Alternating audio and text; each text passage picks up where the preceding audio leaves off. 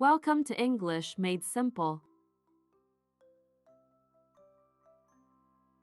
Once upon a time, there lived a young girl. She went to a good school and had a clever teacher. Once upon a time, there lived a young girl. She went to a good school and had a clever teacher. By mistake, she brought her old textbook instead of new one. The forgetful girl thought the teacher would shout at her in a loud voice.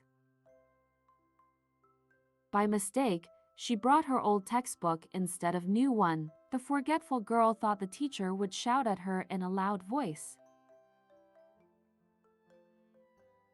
But the thoughtful teacher noticed the poor girl's expressions. The teacher opened her metal cupboard with a shiny key. But the thoughtful teacher noticed the poor girl's expressions. The teacher opened her metal cupboard with a shiny key. You can borrow this spare copy, said the kind teacher. The girl's happiness was priceless because she was not expecting this from her teacher. You can borrow this spare copy, said the kind teacher.